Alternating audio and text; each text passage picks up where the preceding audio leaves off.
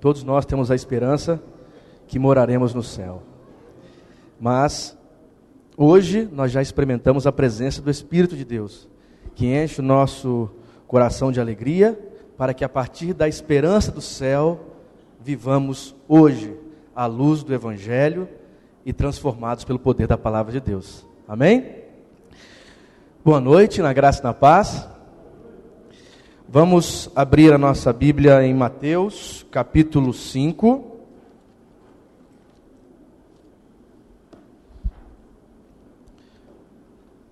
Evangelho de Mateus, capítulo 5. Estamos nesse trimestre refletindo, falando um pouco a partir do Sermão do Monte, escutando a voz, escutando de perto a voz que vem do monte. Estamos ainda no contexto de Jesus sentado, ensinando. Hoje, pela manhã, trabalhamos os versos anteriores ao verso 38 e agora à noite leremos e faremos uma reflexão a partir do verso 38, do 38 ao 48. Mateus, capítulo 5, 38 ao 48, diz assim: Ouvistes que foi dito, olho por olho e dente por dente. Eu, porém, vos digo, não resistais ao homem mau, antes, àquele que te fere na face direita, oferece-lhe também a esquerda. E aquele que quer pleitear contigo para tomar-te a túnica, deixa-lhe também o manto. E se alguém te obriga a andar 1 milha, caminha com ele 2. Dá ao que te pede, e não voltes as costas ao que te pede emprestado. Ouvistes que foi dito: amarás ao próximo e odiarás o teu inimigo? Eu, porém, vos digo: amai os vossos inimigos e orai pelos que vos perseguem.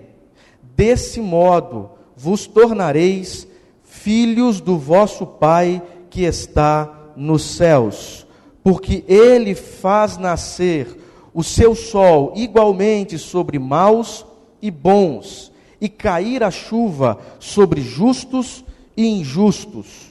Com efeito, se amais aos que vos amam, que recompensa tendes? Não fazem também os publicanos a mesma coisa? E se saudais apenas os vossos irmãos, que fazeis demais? Não fazem também os gentios a mesma coisa? Portanto, deveis ser perfeitos, como o vosso Pai Celeste é perfeito. Deveis ser perfeitos, como o vosso Pai Celeste é perfeito. Quando nós começamos o capítulo 5, nós falamos sobre as bem-aventuranças. A partir do verso 17, que se não estou enganado, o pastor Billy que começou a exposição a partir do verso 17, o Bruno está aí conosco hoje, Deus te abençoe, Bruno. A partir do verso 17, Jesus diz algo muito interessante. Ele afirma que não iria revogar a lei. Ele não ia destruir, desvalorizar, desautorizar a lei. Ele diz: eu vim para cumprir.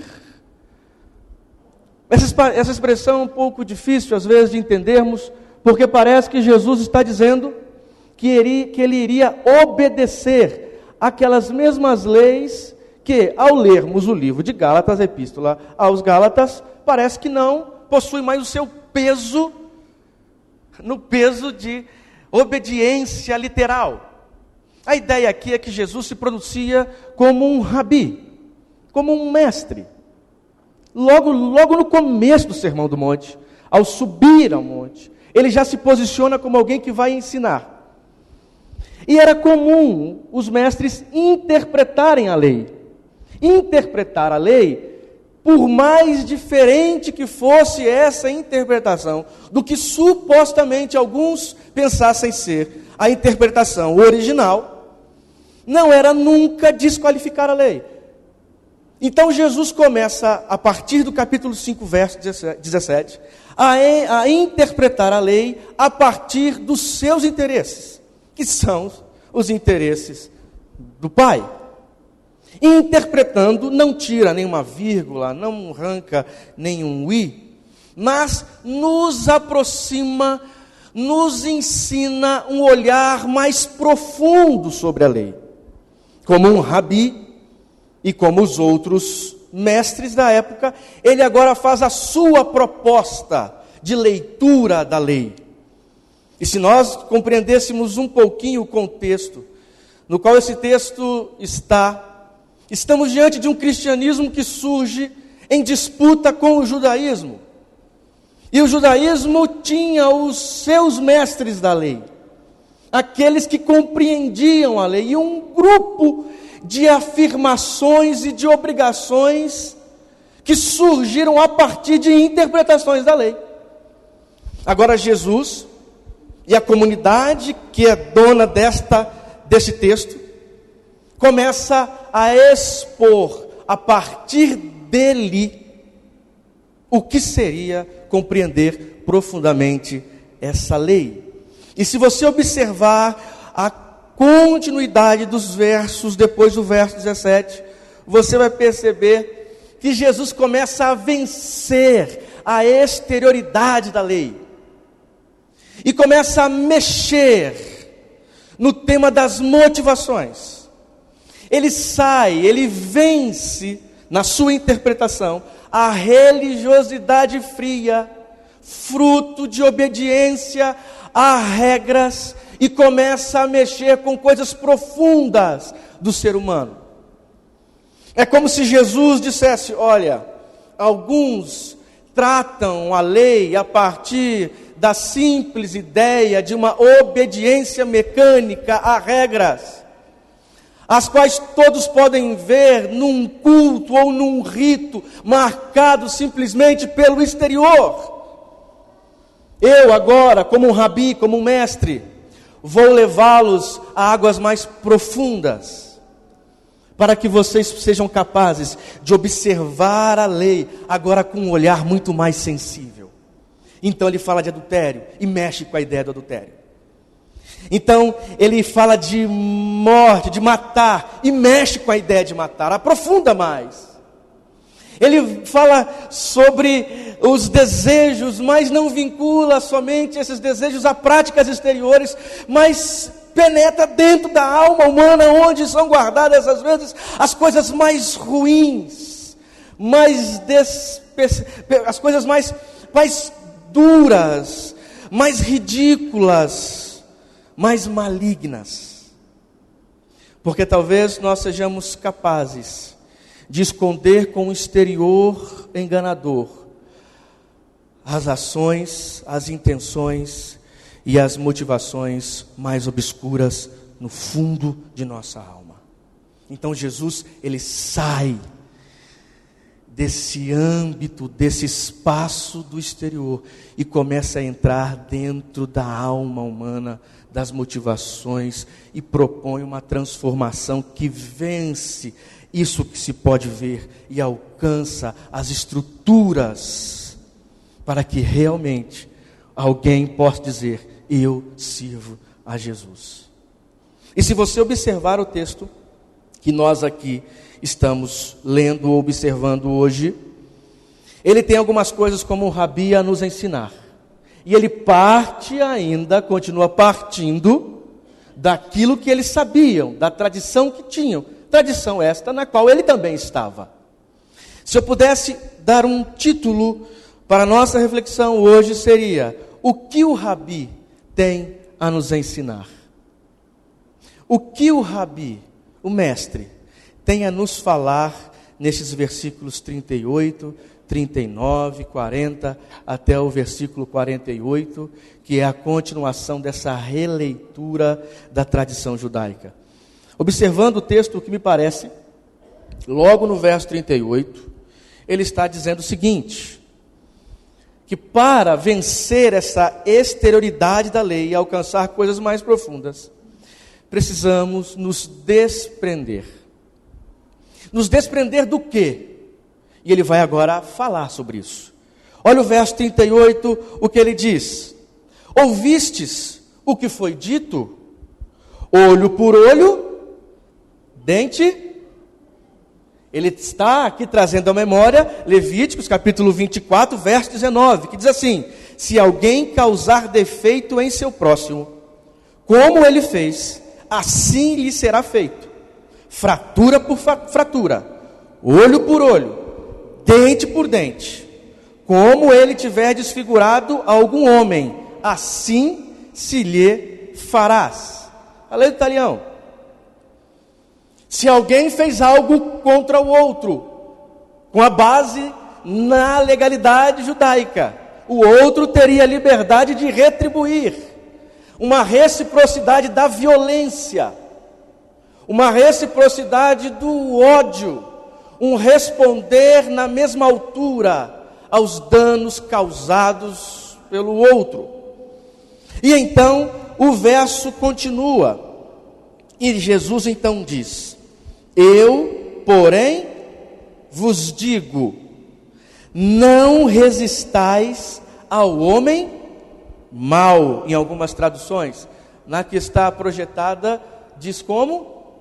Verso 39, eu, porém, vos digo, não resistai ao mal.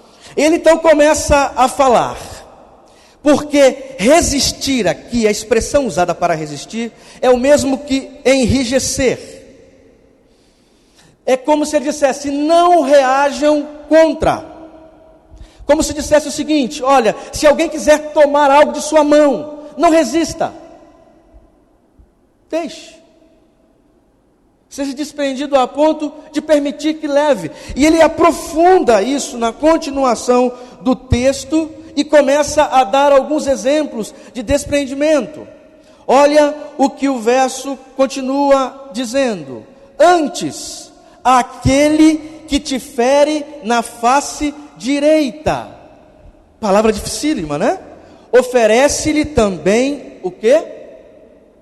A esquerda ou a outra. Aqui tem a ver com honra.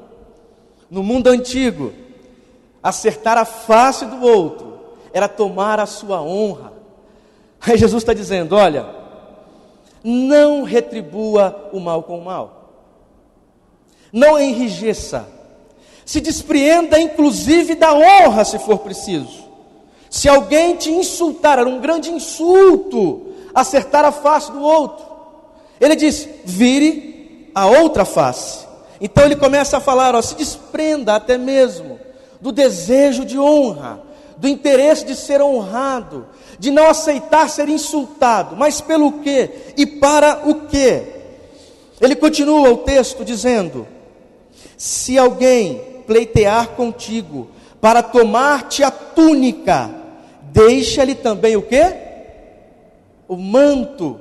Aqui é o desprender-se dos bens, não ser apegado aos bens e, dependendo da situação, ser capaz de perder um bem como esse, que uma túnica talvez nos pareça algo simples, mas para aquela época era uma coisa muito cara, muito importante. Aí Jesus diz: olha, nessa relação que eu agora proponho, para que você vença a lógica da retribuição, e do olho por olho, do dente por dente, você talvez precisará se desprender daqueles bens que você tanto ama e é tão agarrado a eles.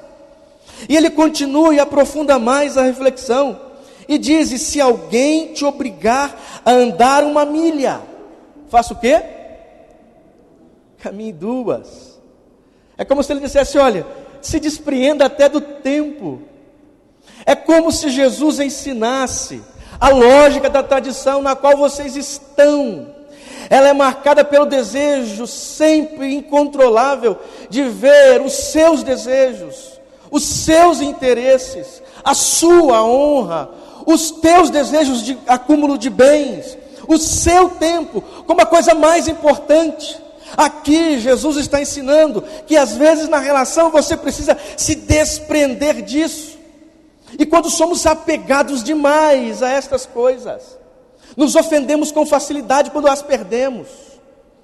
Já achamos muito atingidos quando alguém toca em uma dessas coisas. Aqui Jesus está dizendo, se despreenda. Tenha prioridades. Mais vale a vida.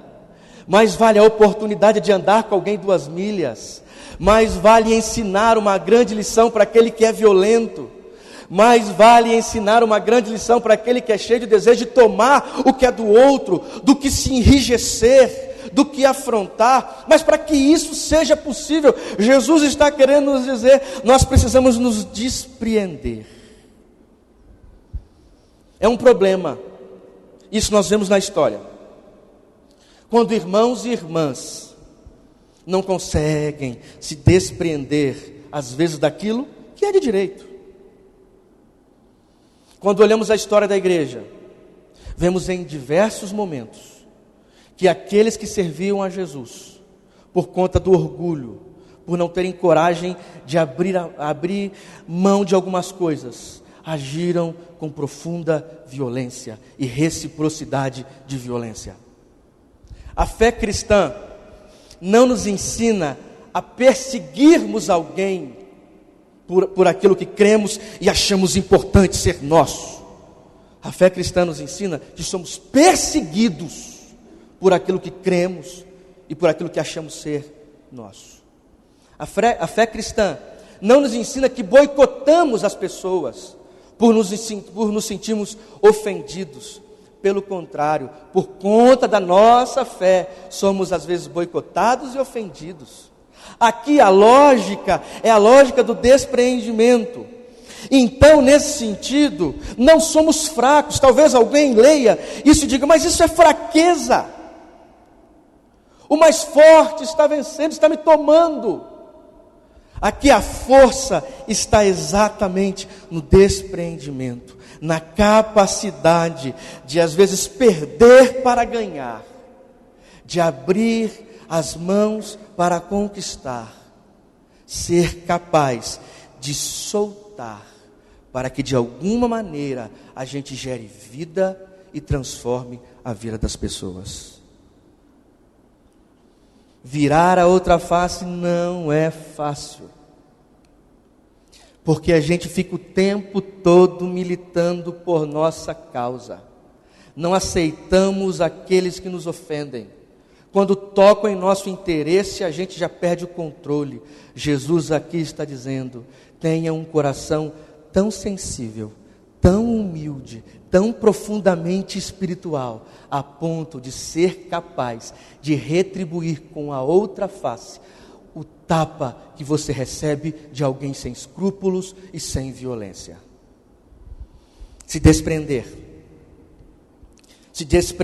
para quebrar o vínculo e o círculo da violência.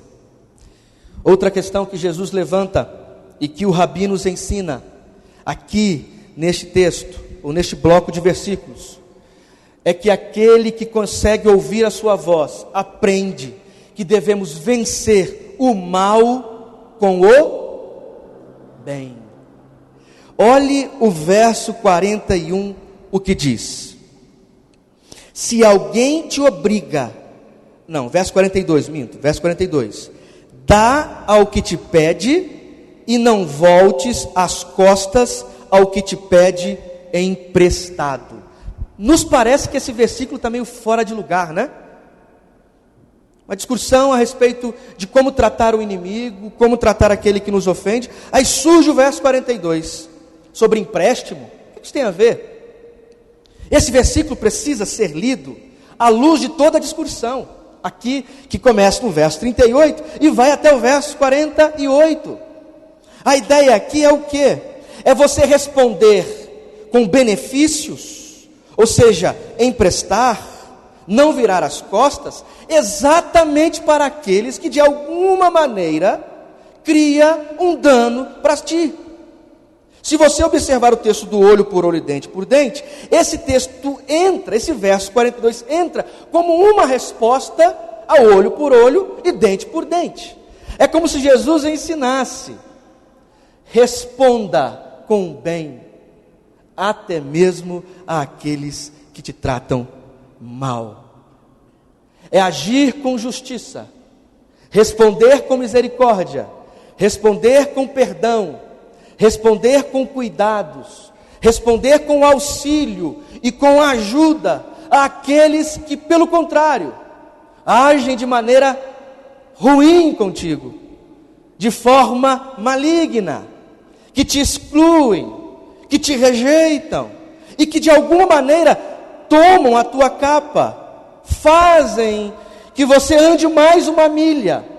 É como se Jesus dissesse: a nossa arma para vencer a violência é outra.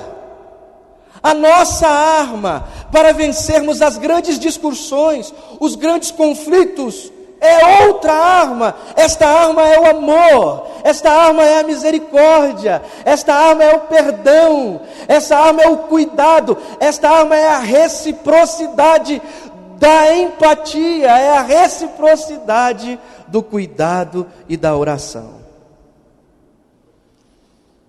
O nosso tempo, ele vive um círculo da violência. E a violência e o mal são assim.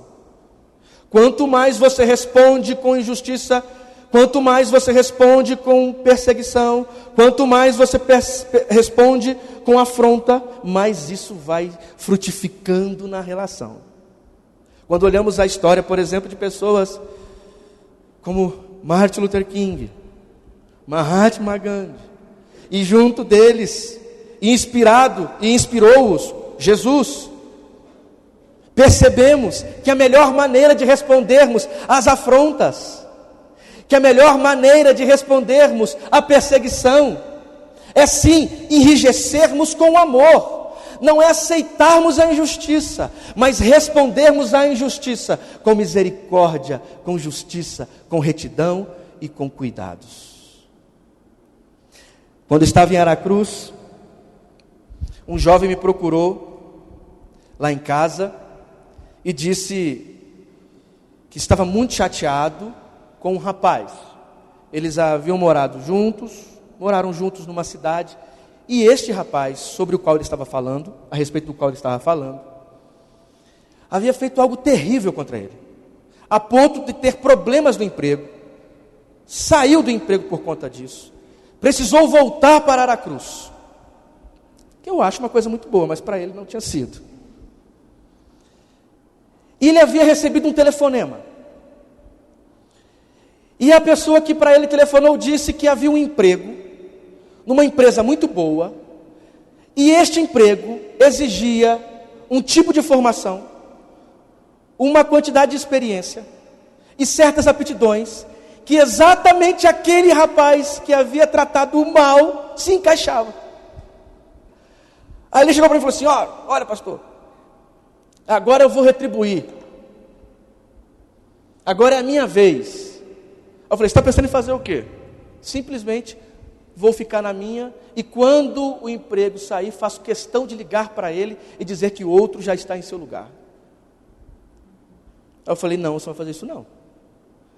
Você vai fazer o seguinte: você vai ligar para ele agora e vai dizer que está sabendo de um serviço em tal lugar, para procurar tal pessoa, e vai dizer a ele que se ele for amanhã ou hoje, o emprego é dele. Eu não vou fazer isso não. Ele falou: você quer apostar comigo que fazendo, você se tornará uma pessoa muito melhor e se sentirá muito melhor? Então ele pegou o telefone e ligou. Depois que ele conversou com o rapaz, falou aquilo, ele olhou para mim e disse: olha Kenner, olha pastor, eu estou sentindo um alívio na minha alma. Eu estou me sentindo mais próximo da vontade de Jesus. Sabe por quê? Porque ele percebeu que a melhor arma para vencermos o mal não é levantando a espada da maldade e da violência e nem do insulto. É abrir as mãos para a misericórdia, para o cuidado e para a reciprocidade que o Evangelho nos chamou para criarmos. Quer vencer? aqueles que te perseguem? Quer tornar a sua vida mais leve? Quer ser uma pessoa mais feliz? Quer tirar algumas cargas que você tem carregado aí? Comece a responder com bondade, com misericórdia, com cuidado àqueles e aquelas que agiram contigo diferente. Essa é a grande revolução do Evangelho. Essa é a grande revolução do que cremos. É mudar a lógica comum que às vezes criamos. É vencermos a tentação de sermos moldados pelo sistema da reciprocidade da violência e nos entregarmos profunda e verdadeiramente ao Evangelho da troca, mas sempre uma troca de amor, perdão e misericórdia.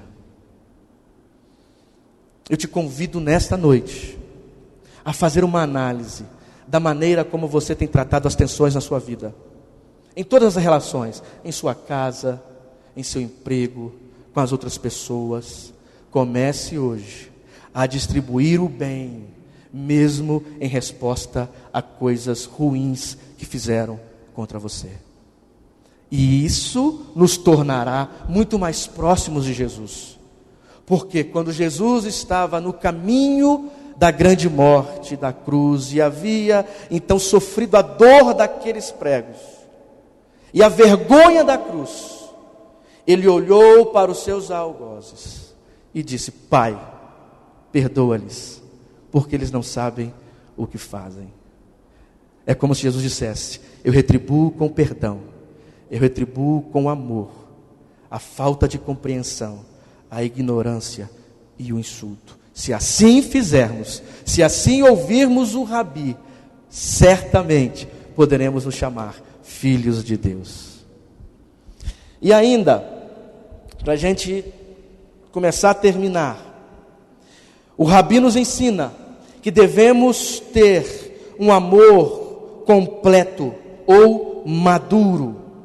Se você observar o verso 43, olha só, vamos analisá-lo. Ele diz: ouvistes o que foi dito. Ele repete essa expressão.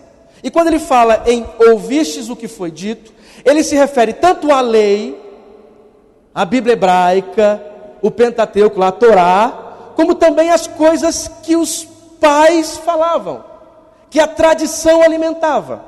Ele vai e cita uma e diz: olha, amarás o teu próximo e odiarás o teu inimigo. A primeira parte aqui, amarás ao teu próximo, nós muito bem conhecemos. Está lá no livro de Levíticos, capítulo 19, verso 18, que diz: não te vingarás, nem guardarás ira contra os filhos do teu povo, mas amarás o teu próximo como a ti mesmo. Mas é interessante, quem é este próximo?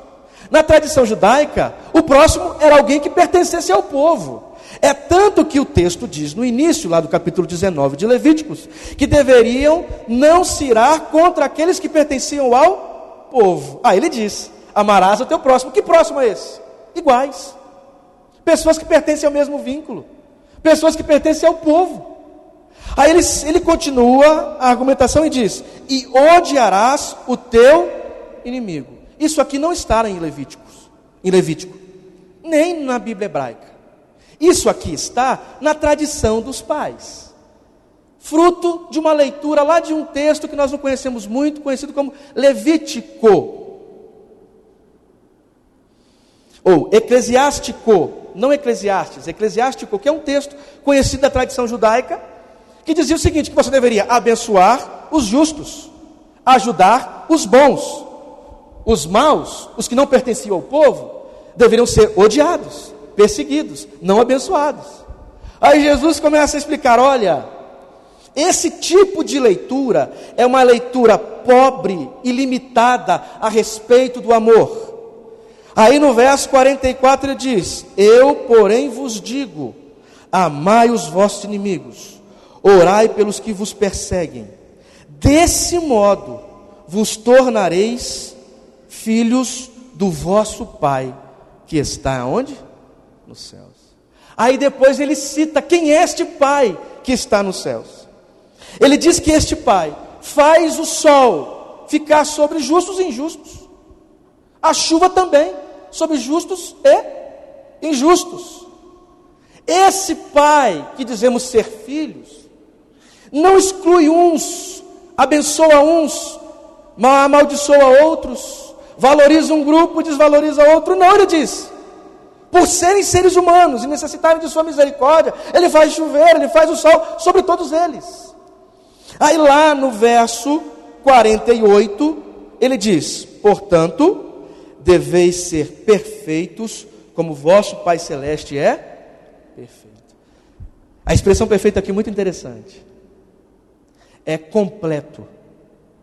É teleios, que é algo que está maduro, pronto. Aí ele diz, olha, o Pai que está no céu, ele é alguém que deve ser imitado em que sentido? Em que sentido ele é perfeito? Ele é perfeito porque ele não é cheio de milindres. Ele não ama uns e odeia a outros. Ele não somente valoriza um e desvaloriza a outros. O seu amor não se limita somente àqueles que pertencem ao seu povo. O seu amor é universal. Ele faz chover tanto para ímpios como para justos. Aí ele diz, se vocês realmente são filhos deste Deus, vocês precisam ser perfeitos como Ele. Precisam ter esta mesma disposição, este mesmo amor, até mesmo aos diferentes, e aqueles que te perseguem, aos teus inimigos. Aí sim serão próximos do que Deus é. Serão conhecidos como seus filhos. Aí a gente entra numa porta muito estreita, porque somos facilmente atraídos para junto daqueles que são iguais a nós. Gostamos de cuidar, gostamos de nos aproximar, de ajudar, de fazer algo para aqueles que repetem tudo aquilo que nós achamos ser o certo, que vivem de acordo com o que achamos ser o certo. Jesus aqui nos ensina o seguinte: devemos ter um amor maduro, inteiro, que alcança a todos, porque a partir disso seremos verdadeiramente filhos de Deus, inclusive os nossos inimigos. O texto nos convida a uma radicalidade que às vezes não estamos dispostos a levar em consideração. Por isso as portas das nossas igrejas precisam ser sempre muito abertas. O nosso coração precisa ser sempre muito largo. A nossa sensibilidade precisa ser sempre muito expandida. O nosso olhar de misericórdia tem que ser como um mar que alcança grandes espaços.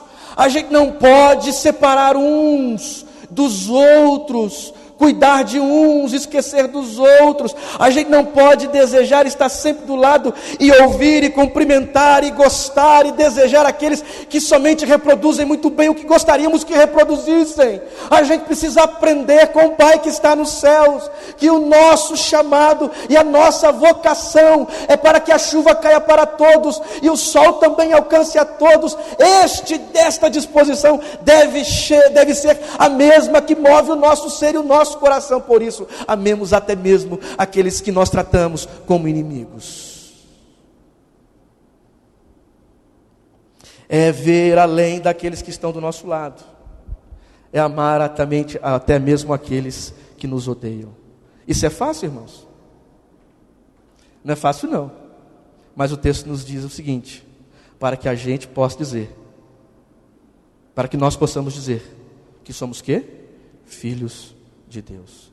Pense aí naquele e naquela que mais te perturba, que mais te ofende. Você olha, ele representa exatamente tudo aquilo que você não concorda. Talvez levanta bandeiras que você não aceita de jeito nenhum. Jesus te chamou não a aceitar os seus erros e o seu pecado, mas sim a amá-lo profundamente. Amá-lo profundamente, a ponto de gastar tempo, coração, suor, energia e a sua vida por eles e por elas. Estamos dispostos a isso? Estamos mesmo? Vamos ficar de pé então. O que o Rabi tem a nos ensinar? O que o Rabi tem a mexer com a gente. Talvez você precise se desprender de algumas coisas para resolver problemas relacionais, problemas com as outras pessoas, para ser mais relevante onde você está. Quem sabe você precise muito aprender a vencer a lógica da vingança. A gente tem um negócio que parece um comichão que nos incomoda sempre que nos sentimos lesados em algum momento, seja em qualquer coisa. Nós temos uma pulsão, um impulso quase que natural de respondermos com a mesma maldade. A gente não entende que isso só gera um círculo doentio de angústia e violência. Aprendamos nessa noite com Jesus e com o Rabi, nosso mestre, que a gente conquista os maiores sucessos e as maiores vitórias em nossa vida quando a gente levanta não a arma da violência, não a arma da vingança, mas a arma do amor, da misericórdia e do cuidado. Você conseguirá vencer os problemas mais difíceis de sua vida se aprenderes a usar bem as armas que o Evangelho nos dá, que parecem ser armas fracas, mas manifestam a verdadeira força que há em nós, que é a retribuição de acordo com o Evangelho. Talvez você precise hoje tirar do seu coração, lá do porão da tua alma, algumas coisas que você vem guardando, escondendo. Talvez ofensas que há anos você vem alimentando. O seu olhar parece lindo, o seu sorriso cálido, mas no fundo, você guarda ainda muito ódio, muita coisa por alguém aí. É hora de você deixar isso de lado e começar a aprender a amar o diferente, a amar aquele com o qual você não concorda e não compactua, mas Deus os escolheu e os criou e os ama, por isso devemos amar também. A quem você talvez precise perdoar, a quem talvez você precise agora tirar das suas costas como um peso, por intermédio da misericórdia. Esta noite você tem a oportunidade para isso. O irmão Renato estará louvando ao Senhor, e enquanto o irmão Renato louva ao Senhor, você tem a oportunidade de fazer uma reflexão e se perguntar se realmente tem levado em consideração essas coisas todas aqui. Hoje pode ser uma noite de transformação de tua história, para você viver de maneira mais profunda com Deus que diz ser filho e filha.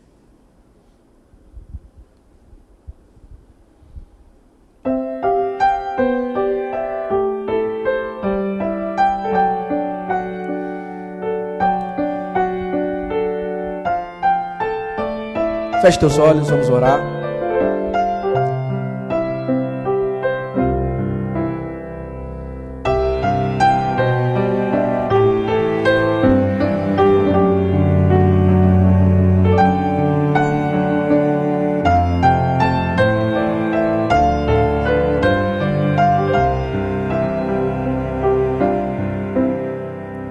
Quero voltar ao início de tudo, encontrar-me contigo, Senhor. Quero rever meus conceitos e valores. Eu quero reconstruir. Vou regressar ao caminho, vou ver as primeiras obras, Senhor.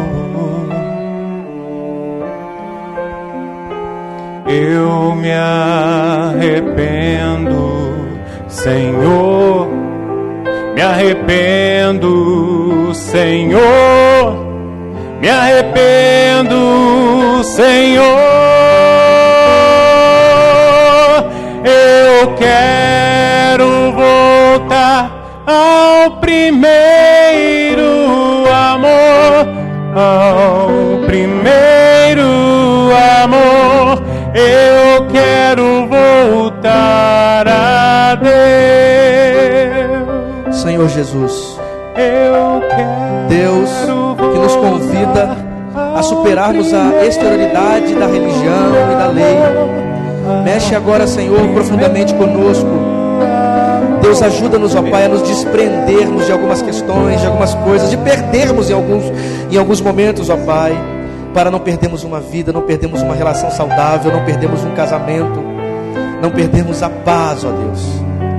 Ó Deus, ensina-nos, ó Pai, a levantarmos as armas da misericórdia, que nos ensina a respondermos com amor e com cuidado àqueles e àquelas que às vezes não nos tratam como gostaríamos que nos tratassem, ó Deus. Ó Senhor, ajuda-nos, ó Pai, a enchermos os nossos corações, não do desejo de vingança, mas da contínua manifestação do perdão. Deus, se há alguém entre nós aqui que carrega ainda em seu coração coisas ruins, coisas, ó Deus, que os levam a sofrer por conta de falta, Deus, de perdão e de desprendimento, em nome de Jesus, ó Deus, ajuda-os a lidar com isso e saírem daqui hoje transformados pelo poder da Tua palavra, ó Deus. Deus, sara relacionamentos, sara, Senhor, corações, muda nosso jeito de ver a vida, renova a nossa maneira de pensar a fé, nos aproxima, Senhor, do Teu Evangelho, ensina-nos, ó Deus, a vivermos melhor aquilo que Tu tens para a nossa história e não aquilo que achamos, ó Deus, que devemos conduzir ou como conduzir a nossa vida, Pai. Ó Deus, transforma a nossa vida. Ajuda-nos, ó Pai, a amarmos, a nos aproximarmos, a aceitarmos, a respeitarmos, até mesmo aqueles, ó Deus, que estão aí longe da gente. Ó Deus, que são diferentes, ó Deus, que pensam diferente, que estão longe dos nossos discursos já prontos. Deus, não, Senhor, não aceitamos o erro, não aceitamos o pecado, a injustiça de forma alguma, mas aceitamos e amamos profundamente o ser humano, este que o Senhor criou e nos chamou a cuidar e a nos preocupar. É assim, ó Deus, que nós oramos e cremos, em nome de Jesus. Você pode adorar a Deus com este hino?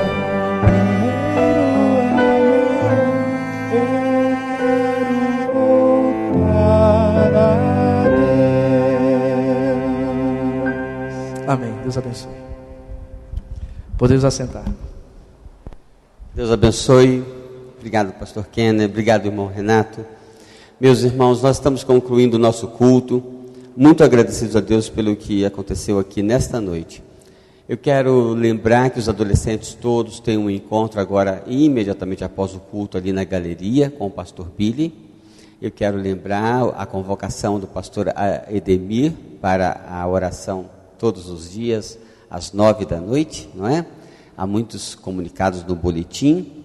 Eu quero convidar a todos para estarem aqui quarta-feira, às 7h30. Quero convidar a todos para participarem de um dos muitos grupos que temos acontecendo durante a semana.